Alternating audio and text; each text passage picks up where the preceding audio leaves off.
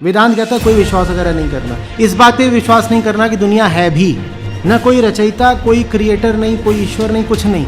इस संसार की उत्पत्ति के कितनी अटकल डालें हमें कह का पता नहीं। चाहिए साइंटिस्ट बता दें इतने ऐसे होकर ऐसे होकर ऐसे होगा, इतने दिनों में ये पृथ्वी बनी, इतने में फलाना बना, ये तो अटकलबाजी है। परमेश्वर स्वयं आते हैं, अपनी जानकारी आप ही बताते हैं। अपने द्वारा रची हुई सृष्टि की जानकारी वे स्वयं ही दे सकते हैं। ये तो अंडरस्टूड है कि एक बनाने वाला कहीं बैठा हुआ है, कुछ नहीं, ये बेकार की कहानियां नहीं, ये बच्चों की बातें हैं। किन बाल कथाओं में उलझ गए तुम। 27 में क्या कहा, वो कहाँ रहता है परमात्मा?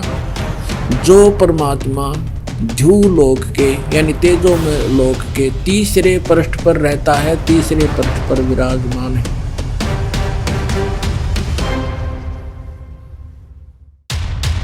आइए जानते हैं आचार्य प्रशांत जी के विचार। आप भी प्राकृतिक हैं और दुनिया में बाकी सब कुछ जो है वो भी प्राकृतिक है। और जैसे आपको 100 तरह के विचार आते हैं, वैसे ही आपका ये एक विचार मात्र है कि किसी ने ये दुनिया रची है, और ये विचार भी आपके अपने अहंकार से निकल रहा है। इसीलिए वेदांत कोई धार्मिक विचार नहीं है। वेदांत किसी तरह की विश्वास पद्धति नहीं है, उसमें किसी तरह की बिलीफ के लिए कोई जगह नहीं है कि देखो तुम ये किताब खोलो और सबसे पहले तुम ये मानो कि ईश्वर ने ये दुनिया बनाई, इस बात पे विश्वास करो। वेदांत कहता है कोई विश्वास वगैरह नहीं करना, इस बात पे विश्वास नहीं करना कि दुनिया है भी। वेदांत कहता है तुम देख रहे हो, तुम्हें दुनिया प्रतीत हो रही है, तो एकमात्र सत्य चेतना है, न कोई रचयिता, कोई क्रिएटर नहीं, कोई ईश्वर नहीं, कुछ नहीं। ये दुनिया है, इस बात का भी बस प्रमाण तुम हो, और कोई प्रमाण नहीं है। तुम्हारी इंद्रियां ना हो, तुम्हारी आंख ना हो, तुम्हारा मन ना हो, तुम्हारी त्वचा ना हो, तुम्हारे कान ना हो, तो इस दुनिया का कोई प्रमाण ही नहीं है कि एक बनाने वाला कहीं बैठा हुआ है और उसने फलानी फलानी विधि से, फलानी फलानी प्रक्रिया से पृथ्वी की रचना की, फिर ग्रहों की रचना की, फिर पूरे संसार की रचना की, और वो बैठा हुआ है। कुछ नहीं, ये बेकार की कहानियां नहीं। आइए जानते हैं जगत गुरु तत्वदर्शी संत रामपाल जी महाराज जी के विचार। ये भी जानते हैं संपूर्ण सृष्टि की रचना कैसे हुई, आखिर कौन है दुनिया का रचनहार। विश्वास करने के 2 तरीके होते हैं। एक तो यूं मान ले कि जो सामने वाला कह रहा है यह बात सच्ची होगी, और नहीं फिर उसके बताए अनुसार कुछ करके प्रैक्टिकल देख ले, तो वो भी बात फिर वह सच्चाई तो पर आएगी। सतयुग त्रेता द्वापर में कोई भी प्राणी भक्ति बिना नहीं रहता, वो अवश्य साधना किया करता था, और अन्य कोई मजहब धर्म या और कोई साधनाएं नहीं थी। केवल वेदों अनुसार ऋषियों ने जैसा वेदों को समझा उसी का प्रचार जनता में करके उनसे भी वही साधना करने को वो कहा करते थे। ये कलयुग में आकर के ज्यादा मजहब धर्म इस काल ने बना दिए, आन उपासनाओं की भरमार भी इस कलयुग में कर दी है। इसका कारण क्या है? आप जी को ये बताया जाएगा कि आप जी क्यों फंस गए यहाँ उस सुख में स्थान को छोड़कर। इसके लिए थोड़ी सी सृष्टि रचना की जानकारी आपको दी जाएगी। सबसे पहले परमात्मा अकेले थे, उन्होंने फिर एक अकेले लोक की रचना की अपने वचन से, और उसके ऊपर वो परमात्मा विराजमान हुए। वहां से फिर उन्होंने 3 लोकों की और रचना की, जिसको अगमलोक, अलखलोक और सतलोक कहते हैं। और चारों के चारों लोकों में परमात्मा अन्य रूप धारण करके सिंहासन अपने वचन से निर्मित करके उसके ऊपर एक राजा के समान विराजमान हुए। प्रत्येक लोक में परमात्मा ऐसे विराजमान है, सिर पर मुकुट है राजा के समान, और ऊपर छतर है, बहुत बड़ा आलीशान एक बहुत सुंदर गोल आकार का गुंबज बना हुआ है। उसके बीच में सेंटर में मालिक बैठे। आइए जानते हैं ऋग्वेद में प्रमाण के साथ परमात्मा कहाँ रहता है।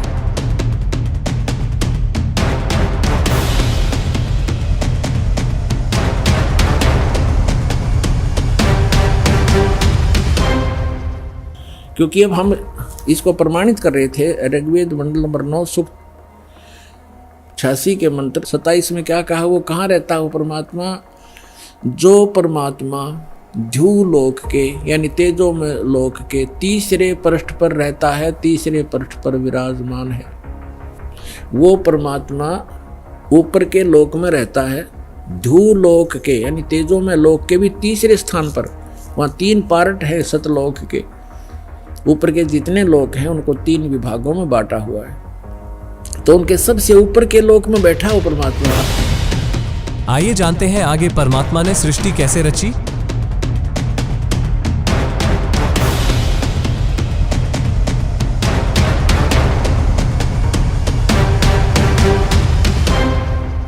सतलोक के अंदर आकर परमात्मा ने अपने वचन से सभी द्वीप और मान सरोवर की रचना कर दी।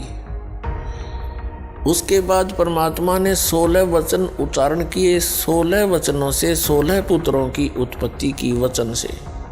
प्रत्येक को एक एक द्वीप में रहने को कह दिया।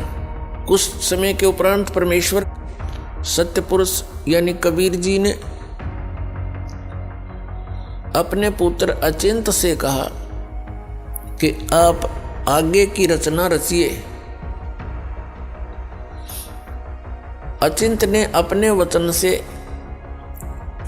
एक व्यक्ति उत्पन्न किया, युवा लड़का, उसका नाम रखा अक्षर पुरुष।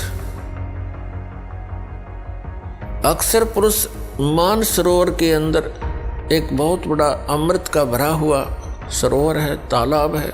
उस तालाब में जाकर स्नान करने के लिए गया था, वहां पर वो निंद्रा आ गई, उसमें गहरे जाकर सो गया। वहां पर श्वासों से शरीर नहीं है सतलोक के अंदर। काफी समय ऐसे ही बीत गया। उसके बाद परमात्मा ने, सत्य पुरुष ने स्वयं ही सृष्टि रचना की। उसी सरोवर से जल उठाया, अपने वचन से उसको अंडा रूप दे दिया। उस अंडे के अंदर एक आत्मा प्रवेश कर दी अपने वचन से। उस अंडे को उस मान सरोवर में छोड़ दिया। गड़गड़ गड़गड़ करता हुआ वो अंडा नीचे जाने लगा। उसकी आवाज से अक्षर पुरुष की निंद्रा भंग होगी।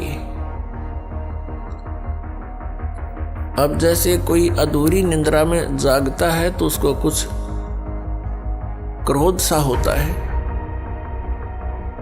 तो ऐसे उस अक्षर पुरुष ने कोप किया कि मुझे किसने जगा दिया, और उस कोप युक्त दृष्टि से देखा अंडे को।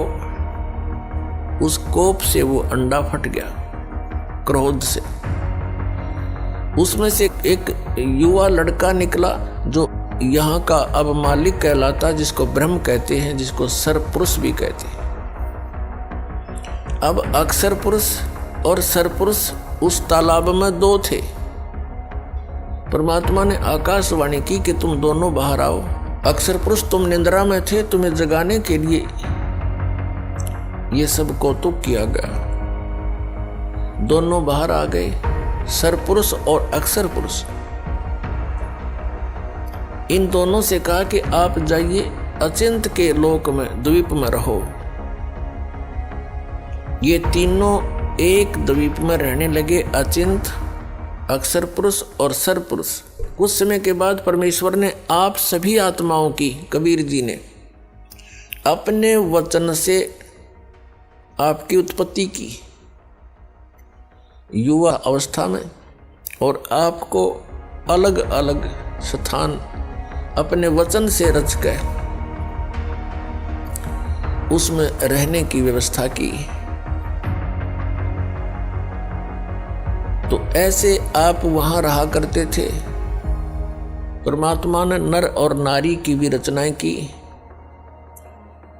आपकी वहाँ संतान है, संपत्ति है, अलग अलग से बहुत सुंदर महलों में रहा करते थे, किसी चीज का अभाव नहीं, कोई राग द्वेष नहीं, सुंदर शरीर आपको प्राप्त था, तेज पुंज से एक ही तत्व का बना हुआ, ये 5 तत्व का बना हुआ है। इसके अंदर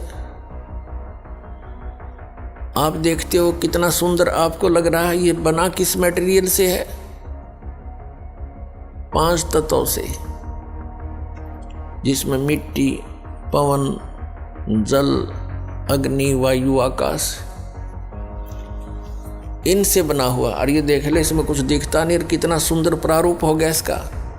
तो इसको बनाने के लिए जो व्यवस्था की गई है, यहाँ नर्मदा करके उनके द्वारा खाए गए उस 5 तत्व का ही मिश्रण, उसका प्रारूप बदल कर ये शरीर और ये हाड़ मांस का पुतला बन गया। इसका अंतिम संस्कार करते हैं, ये फिर उसी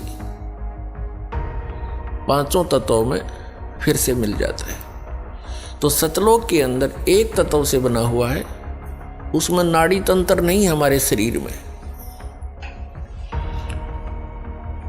तो वहां हम ठाठ से रहा करते थे, कोई चिंता नहीं थी, किसी चीज का अभाव नहीं था, काल मृत्यु नहीं, वृद्ध अवस्था नहीं थी, न बच्चे हमारे सामने मरते थे, न हम मरते थे, सब सुविधाएं हमें उपलब्ध थी। और एक विशेषता है, जब जीव को सर्व सुख प्राप्त हो जाते हैं तो ये परमात्मा को बोलता है। यह सबसे बड़ी कमी है जो हमें वहां दुख दे गई, और यहां पर भी यही व्यवस्था आपके अंदर है। जो भी आज सुखी है, जिसके पास संतान ठीक है, आगे संतान की भी संतान ठीक है, और सब स्वस्थ है, अच्छी पोस्ट है, या कोई अच्छा धन उसके पास है, उसको आप जाकर समझाने की चेष्टा कीजिए, वो सुनने को तैयार नहीं। ये दुर्भाग्य उस प्राणी का जो परमात्मा से दूर हो गया, इस नकली सुख न प्राप्त करके, इस झूठे सुख को प्राप्त करके। तो यही समस्या हमारे सामने वहां उत्पन्न होगी। सब सुविधाएं उपलब्ध थी, कोई किसी चीज की वहां त्रुटि कमी नहीं थी। फिर क्या हुआ कि कुछ दिनों के बाद वो सरपुरुष, जिसे ज्योति निरंजन भी कहते हैं, आगे चलकर इसी को काल भी कहते हैं, जो यहाँ का 21 ब्रह्मांड का स्वामी है, जिसके लोक में हम रह रहे हैं। हम यहाँ कैसे फंसे, अब इससे क्लियर होगा। पुण्यात्माओं, जो दास आपको ये कथा सुना रहा है, ये सत्यनारायण कथा है, और ये सत्य कथा है, और ये परमात्मा द्वारा बताई गई है। ये किसी डूम भाट के गीत नहीं, ये गॉड गिवन स्पिरिचुअल नॉलेज है, कबीर गॉड गिवन। आप जी ने जो आज तक सुना है, वो उस रंग में आप रंग चुके हो, और ये हटकर यथार्थ ज्ञान सुनने को मिलता है, तो मन के अंदर बहुत से जो है शंकाएं उत्पन्न होती हैं, उत्पन्न तो होंगी, और इसी ज्ञान से ही समाप्त भी होंगी। धैर्य से सुनना। अब इस सरपुरुष ने जो अंडे से उत्पन्न हुआ था, इसके मन में एक कल्पना आई, एक ओछी सोच उठी कि हम 3 एक द्वीप में रह रहे हैं, और अन्य हमारे सभी भाई अपने अपने अलग से सिंगल अलग अलग रह रहे हैं। तो इसने क्या सोचा कि मैं भी अलग से स्थान प्राप्त करूं।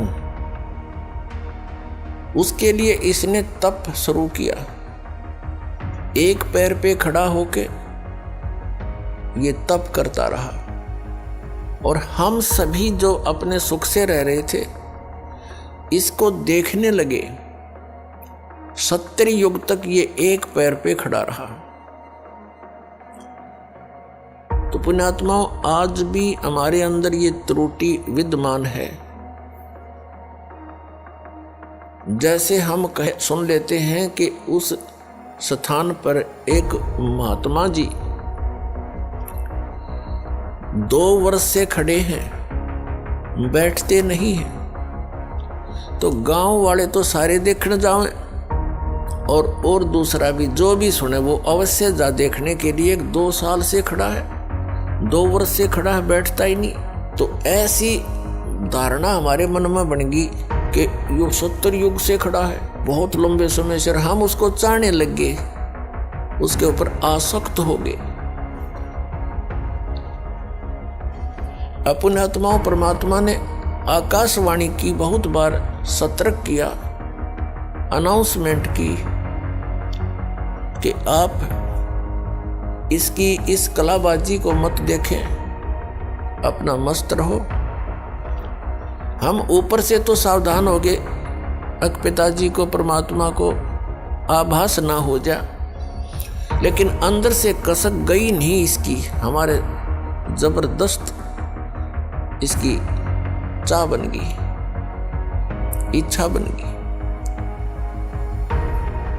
जब इसने 70 युग तप कर लिया तो परमात्मा कबीर जी ने, परमेश्वर ने पूछा कि क्या चाहता है तू सरपुरुष, क्या चाहता है ज्योत निरंजन। तब इसने कहा, पिताजी ये स्थान मेरे लिए कम है, मैं अलग से स्थान चाहता हूं। परमात्मा ने कहा, ठीक है, तेरे 70 युग के तप के बदले में परिणाम स्वरूप आप जी को 21 ब्रह्मांड दे दिए। जैसे एक सेठ साहूकार पिता अपने पुत्र को 21 प्लॉट अलॉट कर दे के लिए, बेटा ये तेरे हैं, खाली प्लॉट। और ये 21 ब्रह्मांड सतलोक के एक कोने में बहुत दूर वहां बता दिया कि वहां जाइए। ये वहां गया, 21 प्लाटों को देखकर बड़ा खुश हुआ। इसने सोचा इसमें कंस्ट्रक्शन भी करनी चाहिए, उसके लिए मटेरियल भी परमात्मा के पास ही था। इसने फिर तप किया 70 युग। तब परमेश्वर कबीर जी ने, परम अक्षर ब्रह्म ने पूछा, क्या चाहता है ज्योत निरंजन, ए सरपुरुष, अब किस चीज की आवश्यकता है तुझे, तू क्यों हठ कर रहा है। तब इसने प्रार्थना की कि हे परमात्मा, मुझे कुछ सृष्टि रचने की सामग्री दीजिए। परमेश्वर कबीर जी ने, सत्य पुरुष ने इसको 5 तत्व और 3 गुण दे दिए। केले पुत्र खेल ले खिलौनों ते, इनको पाकर के इसने खूब खुशी मनाई। फिर सोचा कि इसमें कंस्ट्रक्शन भी कर लूंगा, और फिर जैसे प्लॉट पे मकान बना लिया। तो इसने सोचा कि फिर इसमें कुछ आत्माएं भी रहे मेरे साथ, अकेले का दिल लगेगा कैसे। इसने फिर तप प्रारंभ किया। इसने सरपुरुष ने, ज्योत निरंजन ने। तो परमेश्वर ने पूछा कि तू क्या चाहता है, जो मांगा था तुझे दे दिया, अब क्यों सिर दर्द कर रहा तू, अपना चैन से रहे। तब इसने कहा, पिताजी मुझे कुछ आत्माएं दे दो, अकेले का दिल नहीं लग रहा है। परमात्मा ने कहा, भी बात सुन ले, ये जितने प्राणी यहाँ पर, जितने भी यहाँ पर रह रहे हैं हंस आत्माएं, ये सब मेरे वचन से उत्पन्न हुए हैं और ये मेरे अंश हैं। ये अपनी आत्मा में तुझे नहीं दे सकता, तो उनको बहुत दुखी कर देगा। तब इसने कहा, नहीं पिताजी, मैं सत का राज करूंगा, किसी के साथ अन्याय नहीं करूंगा। परमात्मा बोले, भाई कुछ भी कर चाहे ना कर, पर ये मैं नहीं दे सकता, ये मेरे अंश है। मालिक को पता था कि जितनी भी आत्माएं इसको चाह रही हैं, ये कंडेम हो गए। अपने परम पिता से हृदय हटाकर हम इस काल को चाहने लग गए, हम पति भर्ता पद से गिर गए। परमात्मा के हम दिल से उतर गए कि मैं इनको सब सुविधाएं दे रहा हूं, परमात्मा कह रहे हैं, और ये इसको क्या दे रहा है इनको, और इसको चाहने लग गए, कितने बुद्धू ये। तो परमात्मा कबीर जी ने ज्योति निरंजन से कहा कि यदि कोई आत्मा स्वेच्छा से तेरे साथ जाना चाहते हैं तो मैं भेज दूंगा, अन्यथा मैं नहीं भेजूंगा इन आत्माओं को। वो तो अंतर्यामी है कबीर परमेश्वर जी, सत्य पुरुष जी। उनको पता था कि ये बिगड़ गए सारे, और ये अन्य को भी बिगाड़ देंगे जब यहां रह गए तो। जैसे एक सेब विक्रेता होता है, उसको वो सेब कितनी प्रिय होती है, और किसी सेब का कोई दाग लग जाता है, खराब हो जाती है, तो उसका जी तो बड़ा दुख पाता है, दिल बड़ा दुखता है। उस सेब को उन स्वस्थ सेबों से हटाकर दूर रखने में और कूड़े में फेंकनी पड़ती है उसको, लास्ट में सूअर खाया करे फिर उसको। यदि वो उसके रख ले उस सेब को तो अन्य का भी नाश कर दे वो। तो यही दशा आप जी हम सभी की वहां होगी थी। हम परमात्मा के कितने प्रिय थे, फिर भी हमारे को यहां फेंकना अनिवार्य समझा कि ये औरों ने भी खराब करेंगी। हम अपने पैर पे कुवाड़ा आप मार के आए हैं यहाँ पर। ये सत्कर मान लियो पुण्यात्माओं, ये कोई डूम बाट के गीत नहीं है। या जिस दिन तुम्हारे बात या सत्य कथा हृदय में समा जाएगी, उस दिन आप सतलोक के वासी हो जाओगे। ये विश्वास होना ही कठिन है। तो परमात्मा ने कहा कि इनसे पूछ ले, जो तेरे साथ जाना चाहता हूं मैं भेज दूंगा। तो पुण्यात्माओं, वो ज्योति निरंजन हमारे पास आया। हम तो पहले उसको चाह रहे थे, उसके आते ही चारों तरफ खड़े हो गए। उसने कहा कि मैंने पिताजी से 21 प्लाट लिए हैं, 21 ब्रह्मांड, उनमें ऐसे रचना रचूंगा, वहां पर ऐसे पहाड़ बनाऊंगा, झरने बनाऊंगा, फलदार वृक्ष लगाऊंगा। मेरे साथ चलोगे तुम? सभी ने हमने एक सुर में कहा कि यदि पिताजी आज्ञा दे देंगे तो हम आपके साथ चलने को तैयार हैं। ज्योति निरंजन ने आकर के परमात्मा से अर्ज की कि हे परमेश्वर, हे पिताजी, तो कुछ आत्माएं मेरे साथ जाने को तैयार हैं, आपकी अनुमति चाहते हैं। परमेश्वर ने कहा कि मेरे सामने हाँ भरवा दे, सहमति करवा दे, फिर मैं भेजूंगा। कबीर परमेश्वर यानी सत्य पुरुष जी और ये सर पुरुष ज्योति निरंजन, जो आगे चल के ये काल भी यही कहलाया, ये सर पुरुष हमारे पास आगे दोनों सर पुरुष और परम अक्षर पुरुष, यानी जिसको हम सत्य पुरुष कहते हैं। परमेश्वर ने आकर हमसे पूछा कि अभी जो हंस इस ज्योत स्वरूपी निरंजन यानी सरपुरुष के साथ जाना चाहता है वो हाथ खड़ा कर दे।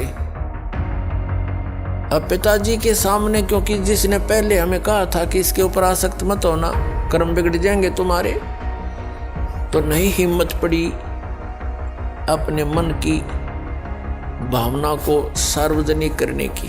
चुप हो गए, सन्नाटा छा गया, नीचे को गर्दन कर ली।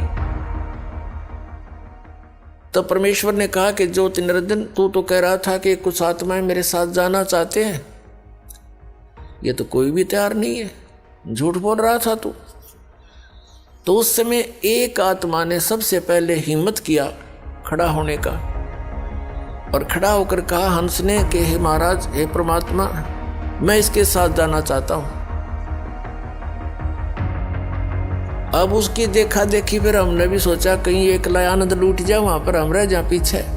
तो हम सभी ने हाथ खड़े कर दिए दोनों।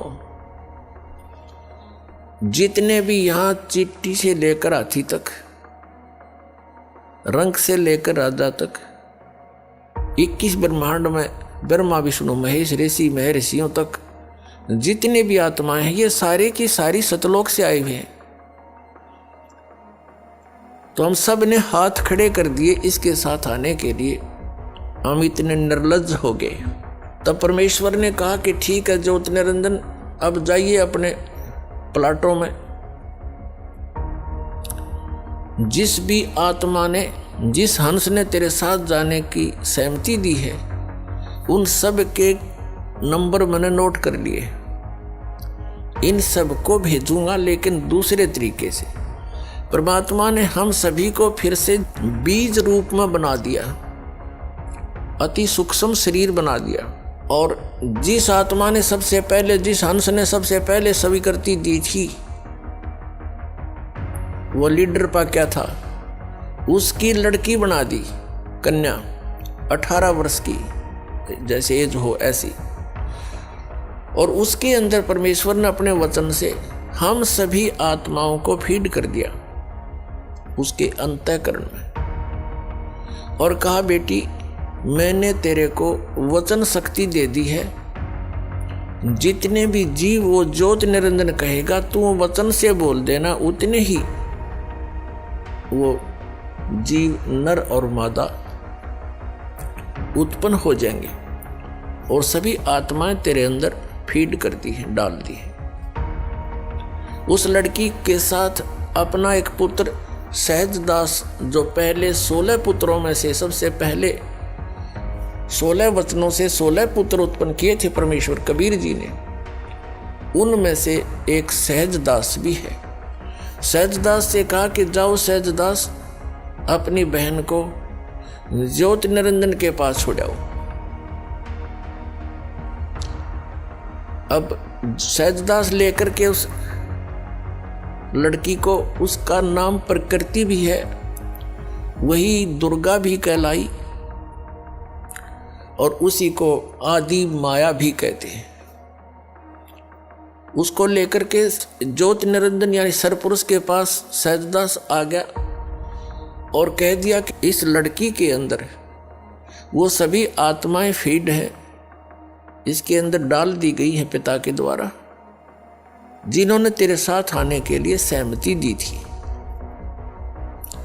और ये इसको वचन शक्ति दे दी है परमेश्वर ने, जितने जीव तू कहेगा ये अपने वचन से उत्पन्न कर देगी, नर और मादा। ये कहकर के सहजदास अपने द्वीप में आ गया। अब लड़की युवा होने के कारण उसका रंग रूप निखरा हुआ था। अकेली युवा लड़की को देखकर ज्योति निरंजन के मन में ये विकार उत्पन्न हुआ, जो आज आप सबके अंदर विद्यमान है। क्योंकि यथा राजा तथा प्रजा, क्योंकि हम फिर उन्हीं के संयोग से बनकर बाहर आए। इसने कोशिश की उस लड़की के साथ दुराचार करने की। प्रकृति ने बार बार प्रार्थना की कि ज्योति निरंजन तू मेरा बड़ा भाई अंडे से उत्पन्न हुआ, पिता के वचन से, उसके बाद हम सभी उत्पन्न हुए, और अब मैं उसकी बेटी हूं, तू उसका बेटा है, हम दोनों बहन भाई हैं, ये जुल्म ना कर, महापाप का भागी होगा। उसने और यहां तक कहा कि मेरे पास वचन शक्ति है, जितने जीव तू कहेगा मैं बना दूंगी, उत्पन्न कर दूंगी।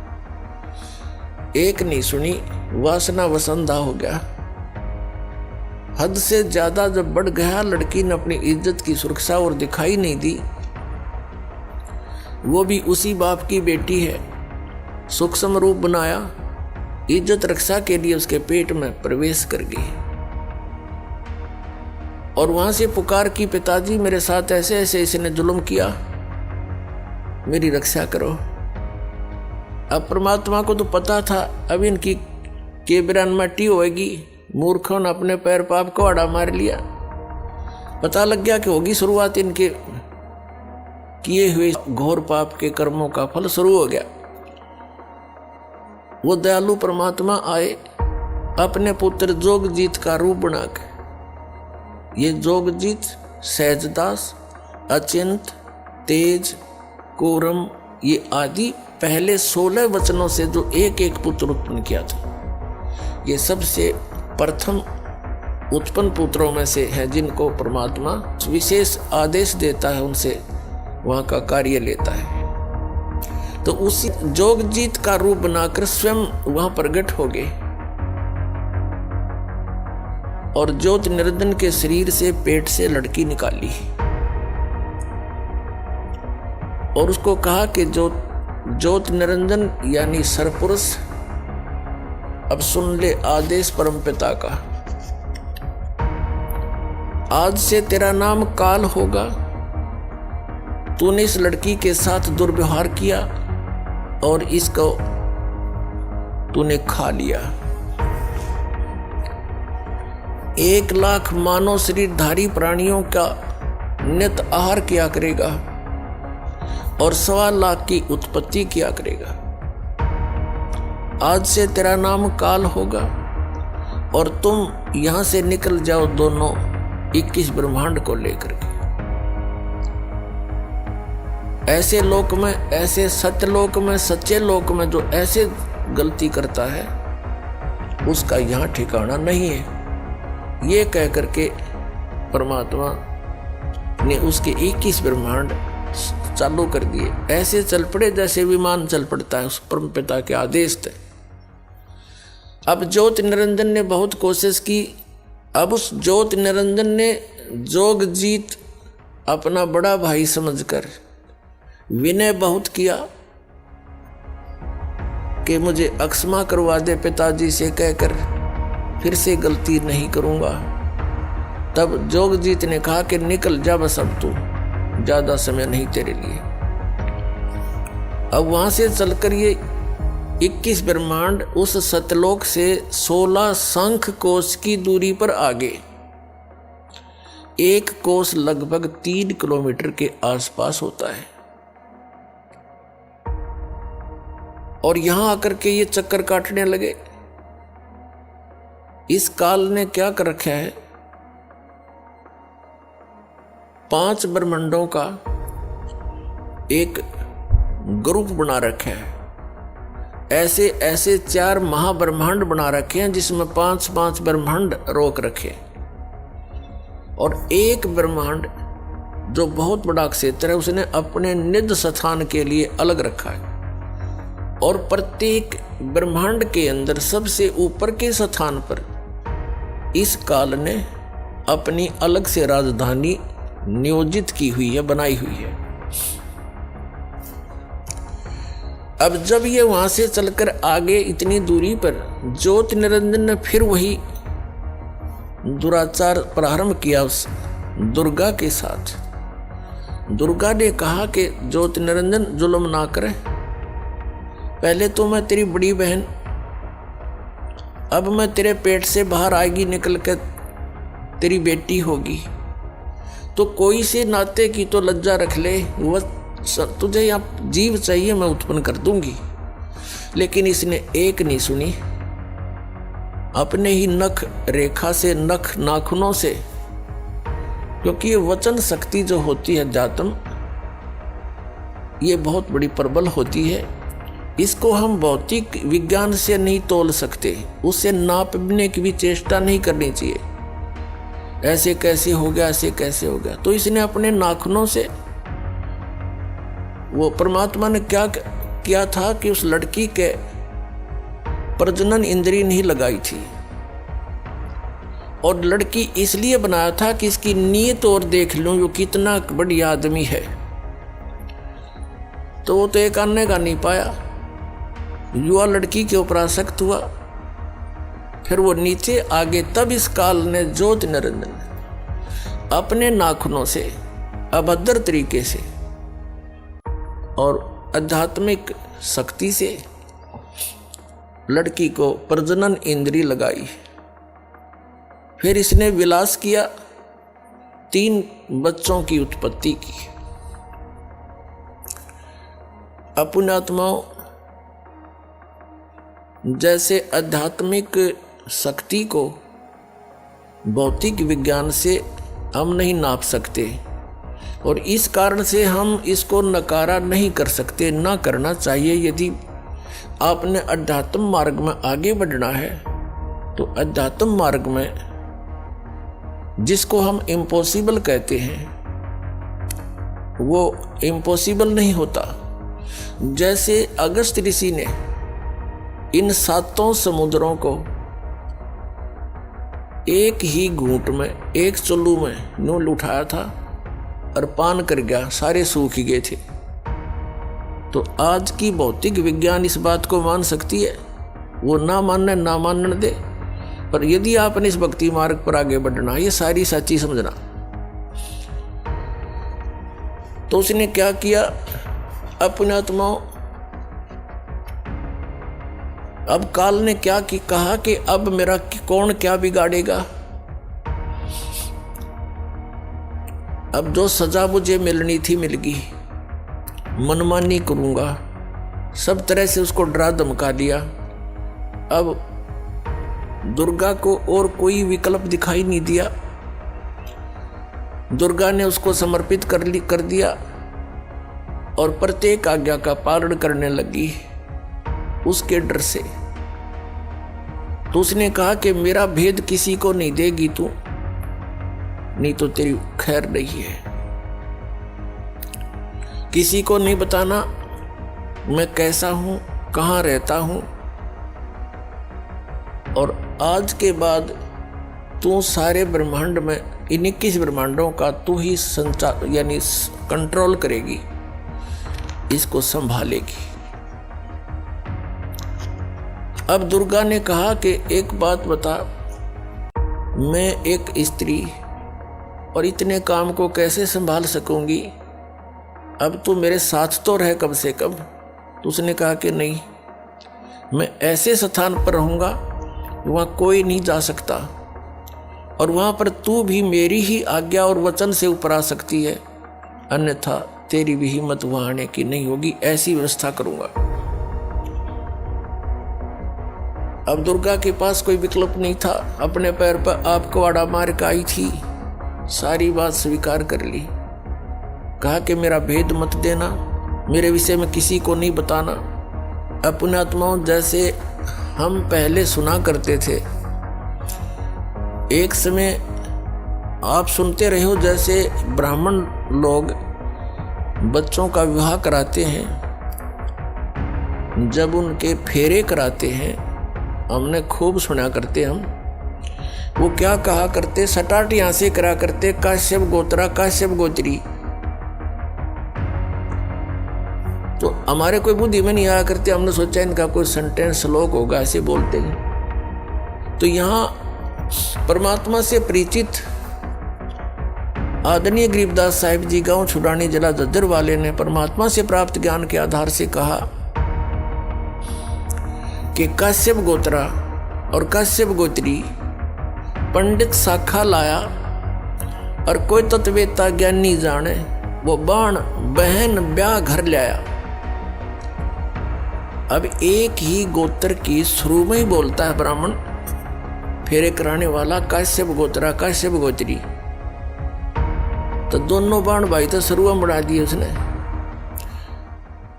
तो यहाँ गरीबदास जी कहते हैं, काश्यप गोत्रा काश्यप गोत्री पंडित शाखा लाया, यानी उस पंडित ने ये वचन बोला, और कोई तत्वेता ज्ञानी जाने, बहन ब्याह घर लाया। एक समय ये दास एक किसी प्लाट के सिलसिले में किसी के साथ कोर्ट में गया हुआ था, कचहरी, इसमें तहसील में, पहले की बात है जब सर्विस करता था। तो वहाँ एक नंबरदार था जो वहाँ गवाही गुई देते हैं, वो वहाँ रहते हैं तकरीबन। तो वहाँ कोई बात चल रही थी उनकी किसी पॉइंट पे, वहाँ कोई केस था, किसी लड़की ने अपने ही किसी गोत्र के लड़के से कोई विवाह करने की चेष्टा की थी, तो वहाँ जिक्र चल रहा था। तो वो पंडित वो कह रहा था, वो नंबरदार कह रहा था कि भाई मेरे 3 ब्याह हो लिए। नो बोला मेरे तीसरा ब्याह ही है, पहले वाली से एक बच्चा हुआ था, उसकी मृत्यु होगी, फिर दूसरा विवाह करा, हुआ भी ऐसे किसी कारण से नहीं साथ रह पाई, उसकी भी मृत्यु होगी, और तीसरा ईब करवाया है 10 वर्ष तक। तो तीनों बार पंडित ने अंबान भाई तो शुरू में बना दिए थे, काश्यप गोत्रा काश्यप गोत्री, आप ना याद होता आप भी दान कर लियो, ऐसा वो कह रहा था। तो फिर तो सब का याद आवे, वह बोले वचन। और पंडित जी भी वहीं खड़ा था एक, तो उससे पूछ रहे थे, वे पंडित जी नो क्यों कहते हो तुम? वो बोला हमने नहीं पता, हमारे सारे कहते हैं, हम भी ऐसे कहते हैं। तो यहाँ परमात्मा ने बताया है, गरीबदास साहिब जी ने कहा है कि काश्यप गोत्रा काश्यप गोत्री पंडित शाखा लाया, कोई तत्वेता ज्ञानी जाने बाण ब्याह घर लाया। तो ये वहां से बिजली गिरी है या फिर यहाँ आकर हमने अपनी मर्यादा आप बना रखी है।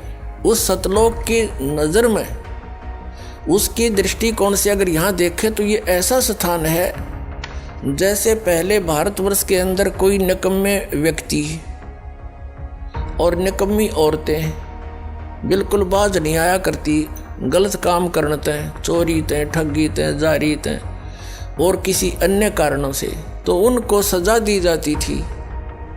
इंडोमान निकोबार नाम का एक द्वीप है समुद्र के बीच में, उसको काला पानी कहा करते थे। उस काले पानी में छोड़ आया करते उनको कि ये यहाँ रहेंगे तो और समाज ने बर्बाद खराब करेंगे, तो औरतों को भी और उन व्यक्तियों को भी जो घने निकम्मे टाइप के थे, उस इंडोमान निकोबार नाम के द्वीप में छोड़ कर आया करते थे। तो वहाँ फिर वापस आने का विकल्प नहीं, उनके पास कोई साधन नहीं था। तो वहाँ जैसे भी उन्होंने रहना था, कोई किसी ने कुटो छेतो, कोई किसी की इज्जत लूटो, कोई किसी का खसोट लाओ, ठाडे का राज। तो वहाँ फिर इस प्रकार से हजारों सैकड़ों की संख्या में व्यक्ति वहाँ रहने लगे। तो उन्होंने अब ऐसे जैसे तैसे अपना संतानें उत्पन्न करनी शुरू कर ली। धीरे धीरे अब वहाँ एक देश का रूप धारण हो गया। तो ये जो स्थान आप रह रहे हो 21 ब्रह्मांड, ये सतलोक से हम काले पानी भेज रखे हैं। यहाँ हमने आप पे फिर अपनी व्यवस्था बना रखी है, मर्यादाएं बनाई जीने के लिए, नाते गोत बनाए यहाँ पर रहने के लिए। तो परमात्मा हमें याद दिलाना चाहते हैं कि तुम इस गलत स्थान पर रह रहे हो, ये स्थान रहने का कौन है। अब प्रसंग उसी पर आते हैं। अब इस काल भगवान ने फिर अपनी सृष्टि अलग से रचना की। कैसे रची इसने? परमात्मा से प्राप्त उन 5 तत्वों से और 3 गुणों से अन्य रचना की। सबसे पहले इसने 3 पुत्रों की उत्पत्ति की। दुर्गा को अपनी पत्नी रूप में बनाकर इस काल भगवान यानी सरपुरुष को अब काल भगवान कहने लगे, क्योंकि काल प्रभु ब्रह्म भी इसी को कहते हैं, सरपुरुष भी इसे कहते हैं। पुण्यात्माओं, जितने भी अपने सदग्रंथ हैं उनको अब आसानी से समझा जा सकता है सृष्टि रचना की जानकारी के उपरांत। सृष्टि रचना इन सभी सदग्रंथों के समझने की एक मास्टर की है। ये सृष्टि रचना एक मास्टर की है सब सदग्रंथों के समझने की। ये प्रथम बार सुनने वाले को ऐसे लगेगी जैसे दंत कथा सी, लेकिन ये सच्चाई से परिपूर्ण है। अब आपको 3 पुरुषों की जानकारी हुई। एक सरपुरुष जो अंडे से बना, मान ले के कबीर परमात्मा के वचन से। एक अक्षर पुरुष जो अचिंत के वचन से उत्पन्न हुआ था,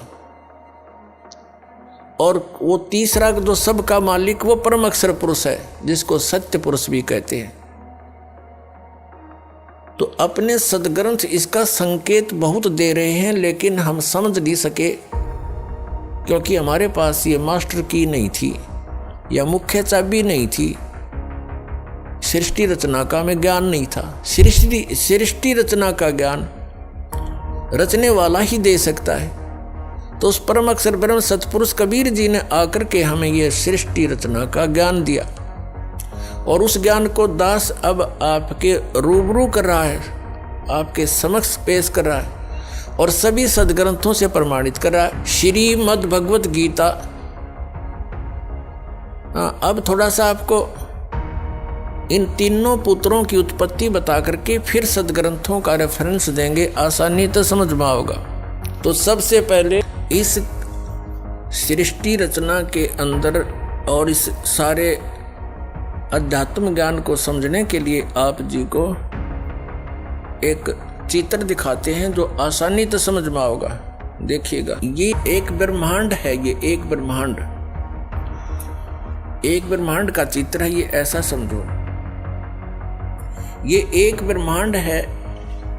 ये सारा कुछ, ये जो बाउंड्री नजर आ रही है आपको, ये एक ब्रह्मांड है। इसकी इलिप्टिकल शेप है, अंडे जैसी। इसको अंड भी कहते हैं, इसी को ब्रह्मांड भी कहते हैं। इसमें देखिएगा नीचे के ये 7 लोक, ये वितल, महातल, तलातल, पाताल, रसातल, सूतल, अतल आदि, और ये पृथ्वी हम जिस पर रहते हैं। और ये ब्रह्मा जी का लोक, ये शिव जी का लोक, ये विष्णु जी का लोक।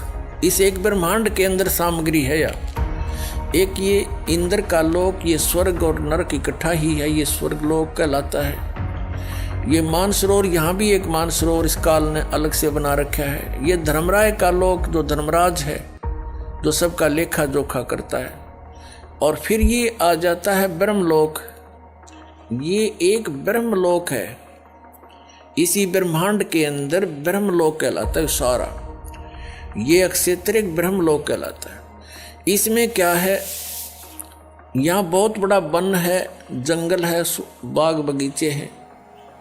और ये इंद्र का, इसने काल ने इस ब्रह्मलोक के अंदर नकली रचना कर रखी है।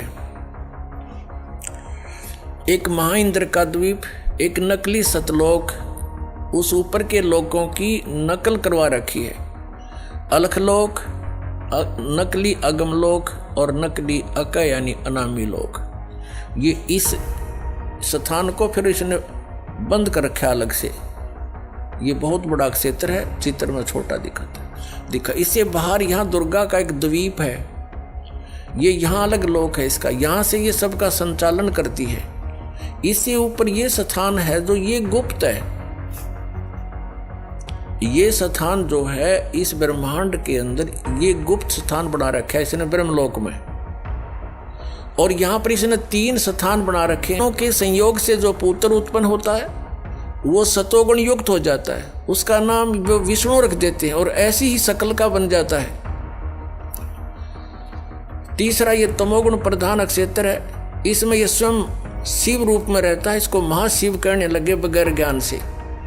महाशिव रूप में रहता है, दुर्गा को पार्वती रूप में रखता है। और इन दोनों के संयोग से जो पुत्र उत्पन्न होता है वो तमोगुण युक्त हो जाता है। उसको शंकर और शिव नाम दे करके ये अपनी सृष्टि चलवाता है तीनों से। और ये स्वयं यहाँ रहता। चलिए, ये 3 स्थान हैं, एक रजोगुण प्रधान क्षेत्र, दूसरा सतोगुण प्रधान क्षेत्र, तीसरा तमोगुण प्रधान क्षेत्र। यहाँ ये दुर्गा को ऊपर ले लेता है, इनकी उत्पत्ति करके दुर्गा को वापस भेज देता है। इन तीनों बच्चों को यहाँ नीचे भेज देता है, कोमा में रखती है ये, और फिर इनको अलग अलग स्थानों पर छोड़ देती है। इनकी राजधानियाँ बना करके इनको अलग अलग स्थान पर इनका विवाह करके तीनों का, और अपने ब्रह्मांड का संचालन करवाता है। अब रजोगुण प्रधान क्षेत्र कैसा होता है, तमोगुण प्रधान क्षेत्र कैसा होता है, और सतोगुण प्रधान कैसा होता है। जैसे एक मकान के अंदर 3 कक्ष हों, एक कमरे के अंदर अश्लील चित्र लगे हों और दूसरे में चित्र लगे हों साधु संत फकीरों के, और तीसरे में लगे हों शहीदों और शूरवीरों के।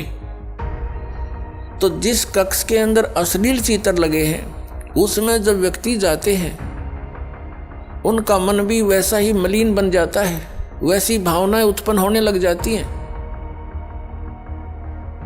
और जब वो उस सतोगुण प्रधान क्षेत्र में यानी उस सतोगुण प्रधान क्षेत्र में, यानी जिसमें साधु संत फकीरों के महापुरुषों के फोटो लगे हों, वहाँ जाते ही मन की भावना बदल जाती है। तो जब तक उसमें रहता उसके वैसे ही विचार रहते हैं, क्योंकि उनकी कहानी से, उनकी जीवनी से वो परिचित होता है। और वही व्यक्ति फिर जाता है उस सूरवीरों के जहाँ चित्र लगे हैं उस कक्ष में शहीदों के, तो उनकी कुर्बानियों से भी परिचित होता है। उनको पढ़ के सुन के उनके विचार करके उनके वैसे ही भाव बन जाते हैं। ठीक इसी प्रकार इसने सुनियोजित तरीके से हम सबको यहाँ फंसा रखा है। इन 3 पुत्रों को जब ये युवा हो जाते हैं, जब ये युवा होते हैं, तब तक इनको कोमा में रखता है और इनकी परवरिश जारी रखता है, इनको अचेत रखता है। पुण्यात्माओं, आजकल हमने बहुत से प्रमाण देखे हैं। एक व्यक्ति आया था हमारे पास, उसने बताया कि मेरा लड़का 16 वर्ष की आयु में कोमा में चला गया किसी दुर्घटना के कारण। आज वो 30 वर्ष का हो गया, 14 वर्ष से वो कोमा में है। उसको नली से दूध और कुछ खिलाते पिलाते हैं और वो जीवित है, कोमा में पड़ा है 14 वर्ष से। तो इस परमात्मा के विधान को समझने में अब ये भौतिक विज्ञान भी आपका सहयोग दे रही है। जब ये युवा हो जाते हैं, इन तीनों को सचेत कर देते हैं। ब्रह्मा जी को, जैसे विष्णु जी को शेष नाग की सैया पर समुद्र में लिटा दिया और उसके नाभि से एक कमल निकाल दिया जादूगर ने, इस काल ने, और उस कमल के फूल के ऊपर ब्रह्मा जी को सचेत कर दिया, बैठा दिया, फिर सचेत कर दिया। शंकर जी को एक कैलाश पर्वत पर बेहोश रखा हुआ था, वहां सचेत कर दिया। फिर इन तीनों को सचेत कर दिया, इकट्ठे कर दिए और फिर इनको आदेश दे दिया कि तुम अपना अपना काम करो। ब्रह्मा जी को सृष्टि रचने का, विष्णु जी को सतीथि बनाने का और शंकर जी को संहार करने का। उनमें तीनों वो गुण बना ही रखे थे पहले ही। अब जैसे ये भगवान, फिर इनका विवाह कर दिया। दुर्गा ने अपने ही 3 रूप, अपने वचन से 3 लड़कियां उत्पन्न की, उनको समुद्र में छुपा दिया। इन तीनों को समुद्र, उसमें सागर मंथन के लिए भेजा। ये 3 लड़कियां निकली, तीनों को लेकर के मां के पास आ गए। तो मां ने कहा था, बेटा जो भी वस्तु निकले एक एक ले लेना, लेकिन उनका ध्यान रखना कि पहले कौन सी निकली है, दोबारा कौन सी, तीसरी बार कौन सी, पहचान रखना। वो तीनों लड़कियों की पहचान करके वो माँ के पास ले आई। उनको बता दिया कि ये प्रथम निकली थी, ये द्वितीय, ये तीसरी बार। जो प्रथम निकली थी उसका नाम सावित्री रखा, ब्रह्मा से विवाह कर दिया। दूसरी बार निकली थी उसी में नंबर वाइज, तो उसका विवाह विष्णु जी के साथ कर दिया, उसका नाम लक्ष्मी रख दिया। और तीसरी जो निकली थी उसका नाम उमा रखा और भगवान शिव से विवाह कर दिया। अब तीनों को वचन से कह दिया कि यह तेरी पत्नी स्वीकार करो और जाओ अपने लोक में। तो तीनों को 3 राजधानी रच के ऊपर के लोक बना रखे, उनमें छोड़ दिए, जाओ। अब वहां से इस काल की सृष्टि प्रारंभ हुई। कुछ मैथुन सृष्टि, कुछ दुर्गा के वचन से, और ऐसे ये काल का सारा जुगाड़ जुड़ गया। अपने आत्माओं विचार करो, आप कहाँ रह रहे हो।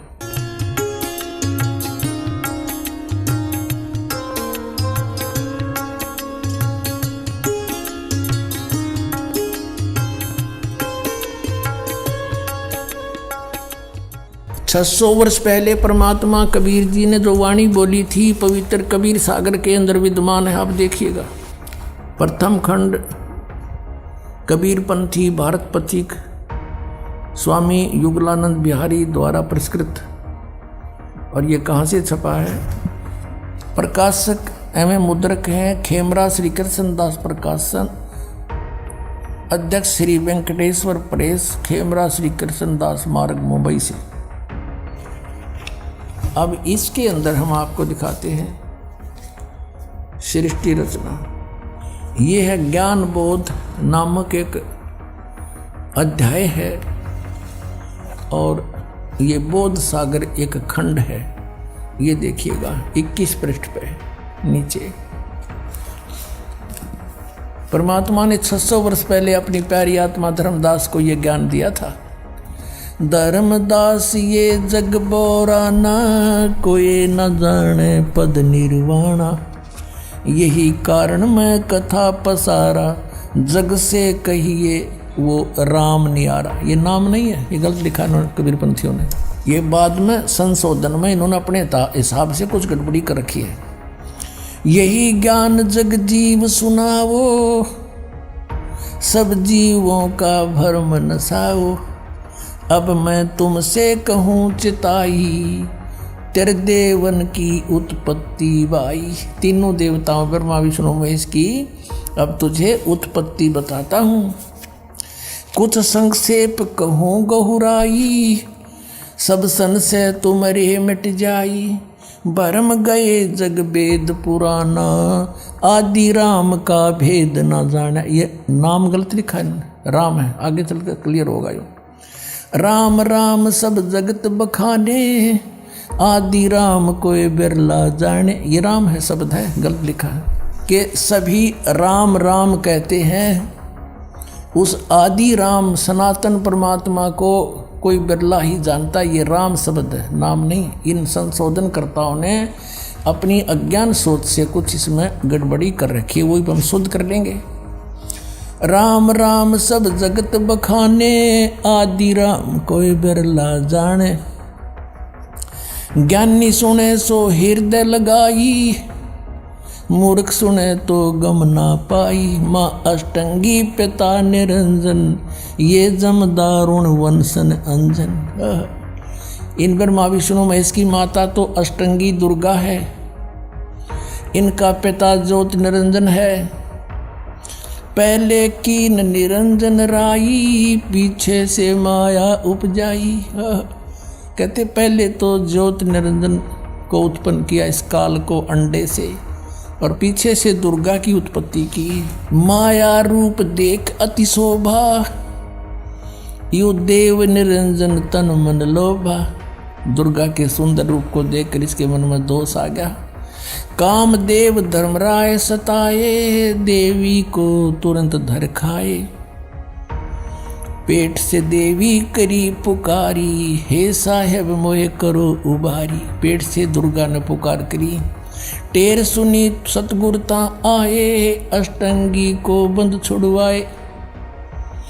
परमात्मा कहते हैं कि टेर सुनी तहाँ हम आए। यहाँ इन्होंने अपने हिसाब से लिख दिया, सतगुरु तहाँ आए, अष्टंगी के बंद छुड़वाए, यानी उसके पेट से निकाले बंधन से।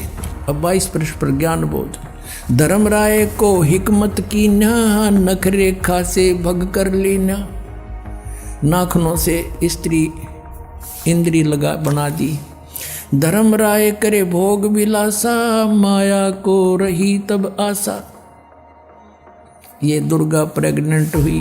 3 पुत्र अष्टंगी जाए, ब्रह्मा विष्णु शिव नाम धराए। 3 देव विस्तार चलावे, इनमें यो जग धोखा खावे। पुरुष गम कैसे के पावे, काल निरंजन जग भरमावे। 3 लोक अपने सुत दीना, सुन निरंजन बासालीना। अलख निरंजन सुन ठिकाना, ब्रह्मा विष्णु शिव भेद न जाना। आज तक ब्रह्मा विष्णु महेश को नहीं पता हमारा पिता कौन है। 3 देव सो उसको ध्यावे, निरंजन का वो पार न पावे। ये तीनों देवता ब्रह्मा विष्णु महेश कहते आज तक उसी की खोज में लग रहे, न वो भी ना पा लिया। सतलोक तो बहुत दूर की बात है। अलख निरंजन बड़ा बटपारा, बटपारा माने ठग, धोखेबाज है ये। और 3 लोक जीव कीन आहारा, तीनों लोक के जीवों को खा रहा है। पाताल लोक, स्वर्ग लोक, पृथ्वी लोक। ब्रह्मा विष्णु शिव नहीं बचाए, सकल खाए पुन धूल उड़ाए। ब्रह्मा विष्णु महेश को भी खाता है, इनकी भी जन्म मृत्यु होती है। तिनके सुत हैं तीनों देवा, आंदर जीव करते हैं सेवा। कहते हैं इन दुर्गा और काल के तीन पुत्र हैं, और ये तत्व ज्ञानहीन प्राणी इन की पूजा करते हैं, काल की पूजा करते हैं। ये अकाल पुरुष काहू नहीं चीन्या, काल पाए सभी गैलीन्या। तीन देव और असुर अवतारा, ताको बजे सकल संसारा। तीन देवताओं को, और फिर जैसे राम के साथ रावण की भी गेले महिमा गावे हैं, कहते हैं असुरों को भी गेले बजे ये। और तीन गुणों का ये विस्तारा, धर्मदास मैं कहूँ पुकारा। तीनों गुण रजगुण ब्रह्मा सतगुण विष्णु तम गुण शिव जी। गुण तीनों की भक्ति में ये भूल पड़ो संसार, कहे कबीर निज नाम बिन कैसे उतरो पार। तीन देव की करते भक्ति, उनकी कदे ना होवे मुक्ति। अपने आत्माओं, परमात्मा ने 600 वर्ष पहले आकर यह अपने द्वारा रची हुई सृष्टि एज इट इज बता दी थी।